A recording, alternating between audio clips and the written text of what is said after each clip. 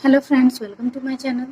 तो चलिए आज का क्वेश्चन बनाना शुरू करते हैं। आज हमको जो क्वेश्चन लिए हैं वो अभिकथन और कारण से है, जो कि एग्ज़ाम में बहुत बार पूछे जाते हैं। इसका जो क्वेश्चन का जो साइज होता है बहुत ही लेंदी होता है, तो इससे सभी घबरा जाते हैं, लेकिन घबराने की कोई ज़रूरत नहीं है। इससे बस 1 से 2 बार आप अगर इस बार फर्स्ट टाइम एग्ज़ाम दे रहे हैं तो आप जब एग्ज़ाम देने जाइएगा तो अभिकथन और कारण वाले जो क्वेश्चन होते हैं आपको टाइम बहुत सारा मिलता है। ये सोचिएगा कि एग्ज़ाम में बहुत सारा समय मिलता है, तो आपको 3 घंटे का समय मिलता है आपको एग्ज़ाम में, और इससे आपके सेकंड पेपर से 100 क्वेश्चन पूछे जाते हैं। तो इसके लिए आपको क्या होगा, कारण वाले जो होते हैं ए और आर, यानी कि दोनों को अच्छे से आप पहले पढ़ लीजिएगा, और दोनों का अगर मिल जा रहा है सही तो बना दीजिएगा, वरना आप इसको स्किप करके बाद में भी फिर नेक्स्ट क्वेश्चन को बनाने के बाद भी आप इसको बना सकते हैं, ऐसा ऑप्शन वहाँ रहता है। तो चलिए अब इसको बनाना शुरू करते हैं। अभिकथन ए में दिया हुआ है, एक परिवार का बजट विभिन्न मदों के तहत खर्चों का विवरण लिखने का तरीका है। अभिकथन ए में है, एक परिवार का बजट जो होता है विभिन्न मदों के तहत खर्चों का विवरण, यानी कि जो खर्च करते हैं घर में बजट के अनुसार वो लिखने का तरीका हुआ। और कारण आर में है, यह परिवार को उनके आय के अंदर रहने में मददगार होता है। कारण में दिया है, यह परिवार को उनके आय के अंदर रहने में मददगार होता है, जो कि सही नहीं है। आय के अंदर रहने में मददगार होता है बजट जो होता है खर्च का बजट। तो ये हो जाएगा, इसमें ए सही है लेकिन आर गलत है। इसका हो जाएगा ए सही है, क्योंकि ये बिल्कुल सही है, जबकि इसमें ऐसा नहीं है। अब चलिए सेकंड क्वेश्चन देख लेते हैं। हमारा सेकंड क्वेश्चन है, अभिकथन ए में, एक परिवार के इकोसिस्टम के दृष्टिकोण में, जो कि एक सिस्टम के प्रभाव क्षेत्र को एक अन्य व्यवस्था के प्रभाव क्षेत्र से अलग करता है, बाउंड्री के रूप में जाना जाता है। कारण आर में है, व्यवस्थाओं के बीच एक सामान्य या भागीदार बाउंड्री को इंटरफेस कहा जाता है। तो यहाँ पे अब देखिए, इसको हो जाएगा दोनों सही है। इसका हो जाएगा दोनों सही है, क्योंकि एक परिवार के जो इकोसिस्टम होते हैं दृष्टिकोण में, जो कि प्रभाव क्षेत्र से अलग करता है, और जो होता है व्यवस्थाओं के बीच एक सामान्य भागीदार बाउंड्री को इंटरफेस कहा जाता है, जो कि दोनों सही है। अब चलते हैं थर्ड क्वेश्चन की ओर। हमारा नेक्स्ट क्वेश्चन है, अभिकथन ए में दिया हुआ है, बच्चे अपने जोड़ीदार के साथ अधिक सामाजिक संलग्नता प्रदर्शित कर रहे हैं, क्योंकि वे पहले से अधिक समय खेलने में व्यतीत करने लगे हैं। कारण आर में दिया हुआ है, कंप्यूटर तथा स्मार्टफोन फोन ने वास्तविक दोस्तों तक पहुंच में वृद्धि की है। देखिए, आपको यहीं पे समझ में आ जाएगा। इसमें बच्चे अपने जोड़ीदार के साथ अधिक सामाजिक संलग्नता प्रदर्शित कर रहे हैं, क्योंकि पहले से उसके साथ समय व्यतीत खेलने में व्यतीत करने लगे हैं, इसकी वजह से। तो ये नहीं होगा, ये भी गलत है। उसके बाद दिया, कंप्यूटर तथा स्मार्टफोन ने वास्तविक दोस्तों तक पहुंच की है। क्या कंप्यूटर स्मार्टफोन के तहत ही बच्चे अपने वास्तविक फ्रेंड के पास पहुंच पाते हैं? ऐसा भी नहीं है। अब देखिए यहाँ पे इसका प्रूफ यहाँ पे दिया हुआ है, इसका हो जाएगा दोनों गलत है। इसमें हो जाएगा दोनों गलत है। अब देखिए नेक्स्ट क्वेश्चन जो है हमारा फोर्थ क्वेश्चन, अभिकथन ए में है, क्षेत्रीय दौरा लोगों को प्रेरित करने का तरीका है, जिसमें उन्हें नई विधि को क्षेत्र में अपनाए जाने के फायदे के बारे में जानकारी दी जाती है। क्षेत्रीय दौरा में लोगों को प्रेरित करने का तरीका है। कारण आर में दिया, यह नए अभ्यास के बारे में शक, अंधविश्वास और प्रतिकूल व्यवहार को दूर करने में मदद करता है। तो इसका हो जाएगा, इसका भी दोनों सही है। ए और आर दोनों सही है। ये प्रेरित करने का तरीका भी है और व्यवहार को दूर करने में मदद करता है, किसी तरह का जो जैसे शक, अंधविश्वास और प्रतिकूल व्यवहार को। अब देखिए यहाँ पे 5 क्वेश्चन हमारा, लीवर सिरोसिस के रोगी में लक्षणों की प्रगति को सही क्रम में लगाएं। लीवर सिरोसिस जो होता है, सबसे पहले इसके बारे में जान लीजिए।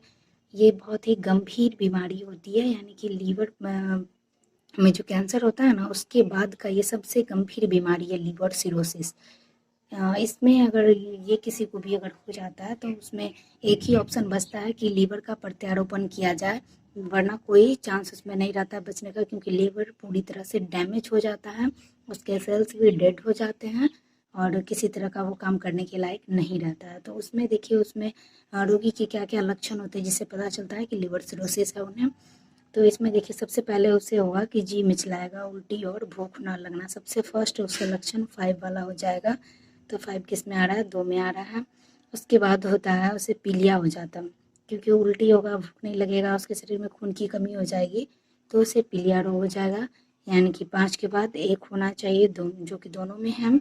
उसके बाद एडिमा और एसाइटिस जैसा हो जाएगा, एडिमा और एसाइटिस जो बीमारी है उसके जैसा भी उसमें लक्षण दिखेंगे, जो कि इसमें सी में आ रहा है, तो सी इसका आंसर हो जाएगा।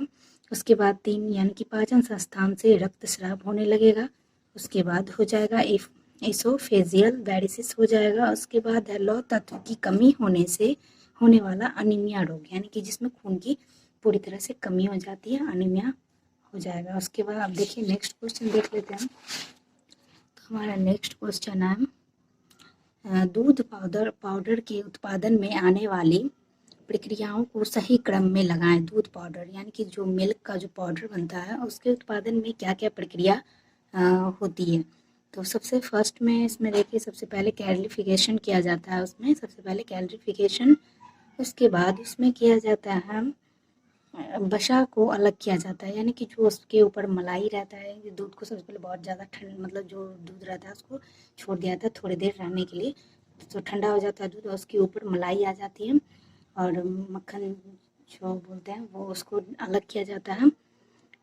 और अलग करने के बाद उसमें पास्चुराइजेशन किया जाता है, उसको सबको निकाल लेने के बाद दूध को 100 डिग्री सेल्सियस पे गर्म किया जाता है, जो कि पास्चुराइजेशन कहलाता है। उसके बाद उसमें एवोपरेशन किया जाता है, उसके बाद उसको मिलिंग किया जाता है, मिलाया जाता है। उसके बाद इसमें रोलर ड्राइंग किया जाता है, यानी कि रोल ऐसे चला के दूध को रोलर ड्राइंग किया जाता है ताकि दूध का पानी और ज़्यादा सूखे। और इसमें दिया 3, उसके बाद हो जाएगा डी आंसर, इसमें पूरा मैच करते जा रहा है इसलिए इसका आंसर हो जाएगा डी। उसके बाद है यहाँ 3 में मिलिंग है, उसके बाद है 4 में पैकिंग, सबसे लास्ट में इसमें पैकिंग किया जाता है सबसे लास्ट में, क्योंकि ऐसे भी अगर आपको नहीं मिला लेकिन 4 में पैकिंग तो सब में दिया हुआ है।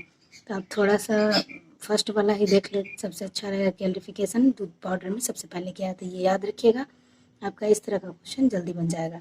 अब देख लेते हैं नेक्स्ट क्वेश्चन। हमारा नेक्स्ट क्वेश्चन है किशोर लड़कियों के पोषण संबंधी स्थिति के मूल्यांकन के लिए एक अनुसंधान प्रस्ताव की योजना को सही क्रम में लगाएं। किशोर लड़की, ठीक ना।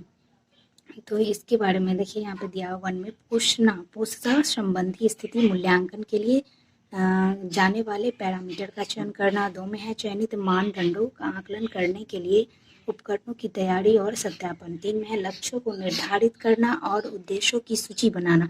4 में है उपकरणों के प्रयोग से आंकड़े एकत्रित करना। 5 में परिणाम का विवेचन और निष्कर्ष। 6 में है किशोर लड़कियों के अनियमित और प्रतिनिधि नमूनों का चयन करना। 7 में है आंकड़ों का विश्लेषण।